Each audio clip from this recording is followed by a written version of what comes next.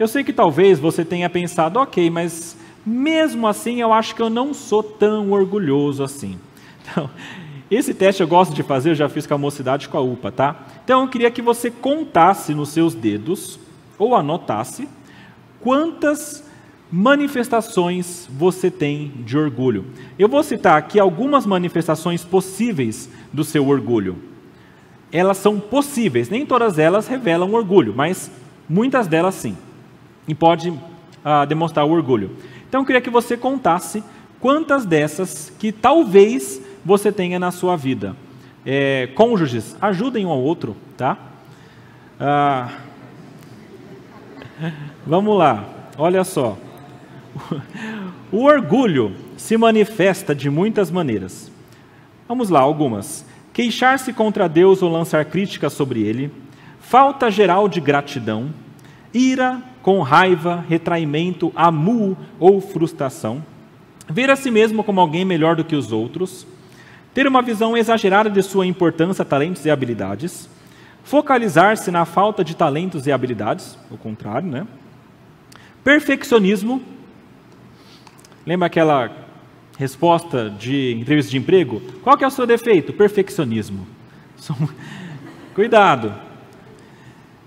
Falar demais, falar muito a respeito de si mesmo, buscar independência ou controle, desgastar-se com os que os outros pensam, magoar-se ou irar-se com críticas, não gosta de ser ensinado, é sarcástico, ofensivo e menosprezador, falta de espírito de serviço. Tem mais um, calma gente. Está contando aí? Chegou no pé já? Falta de compaixão, ser defensivo ou transferir a culpa, falta de admitir que está errado, falta de pedir perdão, falta de uma oração bíblica, resistir à autoridade ou ser desrespeitoso, expressar preferências ou opiniões quando não solicitado, minimizar seus próprios pecados e fraquezas. O outro tem, mas o meu eu não consigo ver. Tem mais um. Maximizar os pecados e as fraquezas dos outros, ser impaciente ou irritável para com os outros, ser invejoso ou ciumento, usar os outros, ser dissimulador, esconder seus pecados, faltas e erros, usar táticas de chamar a atenção, não ter relacionamentos próximos. Ok. Lembra que eu falei que o orgulho não é tanto se você tem, mas aonde que ele está? Conseguiram encontrar um pouquinho? Já que você já entendeu que você é orgulhoso, você tem de se arrepender, tá? Como é que funciona esse arrependimento? Tá? Como é que a gente consegue mudar isso tudo? Eu tenho aqui alguns passos, são esses aqui. Entender que nós somos orgulhosos, primeiro passo está dado. Refletir delongadamente sobre isso, não é só assim, o ponto 1, 3, 5 eu caí. Não, pensa bem, pode ter outras coisas. Como eu falei, converse com o seu cônjuge, com a sua mãe, com o seu pai, com os seus filhos. Aqueles que estão próximos, conhecem mais de você do que você mesmo. Compreenda a gravidade do seu pecado. Deus abomina o orgulho. Não é bonito. Não é bonito a pessoa que, como eu falei no trânsito, diz, eu não vou levar desaforo para casa. Não é. A gente acha graça, às vezes, mas não é. Deus abomina o orgulho. Não deve ser dessa maneira. Confessar a Deus, nos humilharmos diante desse Deus que é santo e justo e nos arrependermos verdadeiramente. E aqui no sexto, a gente tem 2 pontos aqui importantes.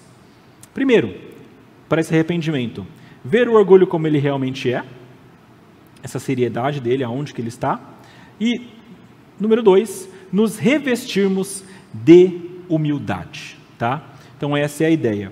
E para a gente se revestir de humildade, a gente tem que entender um pouquinho do que é humildade.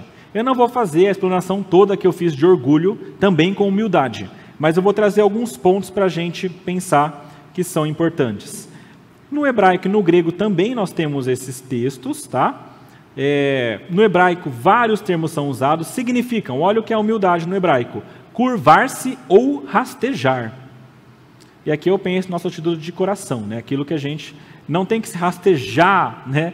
Literalmente, mas é uma atitude do seu coração. E do grego são duas palavras usadas. Uma significa servil ou degradante, e a outra gentil, dócil ou submisso. Essas eram coisas negativas para os gregos, mas quando Jesus veio, ele falou, sejam assim. Interessante. Jesus revelou que ser humilde é uma coisa boa, é uma virtude. E ele é o nosso maior exemplo, né?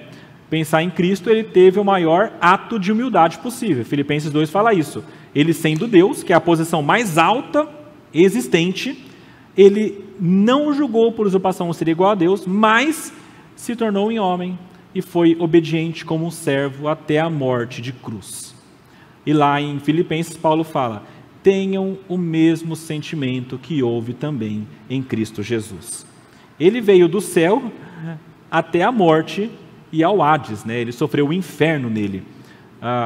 E você achando que você não pode ser desonrado de alguma maneira, né? A gente tem essa ideia. Cristo, ele desceu o máximo. Ele é o maior ato, o maior exemplo de humildade. Ele teve o maior ato. Ele era manso e humilde, ele fala, aprendei de mim que sou manso e humilde de espírito. Foi submisso ao Pai, você que tem dificuldade de obedecer às pessoas, ao Pai, às autoridades também.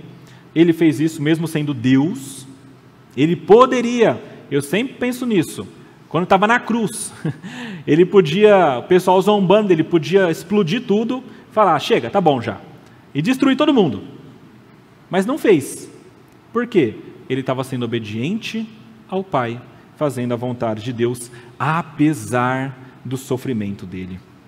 Tornou-se servo, lavou os pés dos discípulos. Lavar pé não é fácil, ele fez isso. Seu ensinamento vai na contramão do mundo.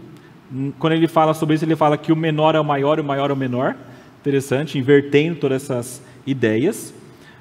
Ele é o maior exemplo, nós precisamos ter essa perspectiva de Jesus e não a do mundo. O versículo aqui é aquele que fala para nós não nos conformarmos com este século, mas sermos renovados, né, pela transformação da nossa mente.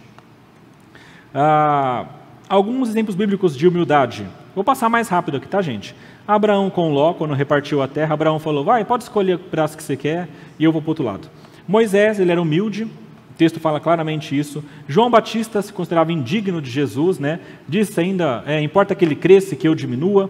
Maria submeteu-se a Deus. O publicano, quando batia no peito, falava, Senhor, não mereço nada disso. O apóstolo Paulo, no que eu já citei, ele entendia quem Deus era e quem ele era. Nesse sentido, a humildade, meus irmãos, é isso aqui, ó. É a mentalidade de Cristo, uma mentalidade de servo, uma focalização em Deus, não na gente, e nos outros, não na gente. Uma busca de reconhecimento da exaltação de Deus, um desejo de glorificar e agradar a Deus em todas as coisas, por todas as coisas que Ele dá. O humilde é alguém centralizado em Deus e nos outros e não em si mesmo. Eu acho interessante isso. E quando Deus fala sobre a lei, Ele fala quais são os mandamentos? Amar a Deus acima de todas as coisas e ao próximo como a si mesmo. Ué, mas e a gente? Onde que está? Não, isso já está pressuposto. Deus já sabe que você se ama muito. Você tem que começar a amar mais a Deus agora e ao próximo. Essa é a ideia. Então, Ele é o centro e os irmãos, o próximo também ao seu redor. E nesse sentido, eu achei bem interessante, porque no livro do Keller, quando ele fala do ego inflado e que é tudo aquilo lá que a gente conversou aqui, ele traz uma ideia para você que quer ser humilde, tá? Humildade, gente, de acordo com Keller, eu achei bem interessante isso, é um autoesquecimento. Tem muita gente que quer fugir do orgulho falando o seguinte, não sei, alguém está fazendo um solinho durante o culto, e muito bem, né, tocando e tal, e aí quando fala, nossa, mas tocou muito bem, não, eu sou horrível, deixa disso, né? Tenta fugir do orgulho, caindo para o outro lado, falando, não tem nada disso. É mentira também, você tem, né? Deus te deu, né? A ideia de você ser humilde não é você cair para autocomiseração, autopiedade, falar que você não tem nada falsamente. A ideia é essa de autoesquecimento. O que eu quero dizer com autoesquecimento? Lembra que eu falei que o ego, ele só aparece quando tem alguma coisa errada com ele? Quando ele está inflado demais? E aí a gente sente ele? É essa a ideia aqui. O ego ele não tem que ser sentido, porque ele não pode estar inflado. Ele não tem que chamar atenção para si mesmo. Só para exemplificar o que eu estou falando aqui. Claire escreveu o seguinte: depois de conversarmos com alguém que tem a humildade do Evangelho, o que impressiona é quanto essa pessoa se interessou por nós. Isso porque a essência da humildade resultante do Evangelho não é pensar em mim mesmo como se eu fosse mais, nem pensar em mim mesmo como se eu fosse menos. É pensar menos em mim mesmo.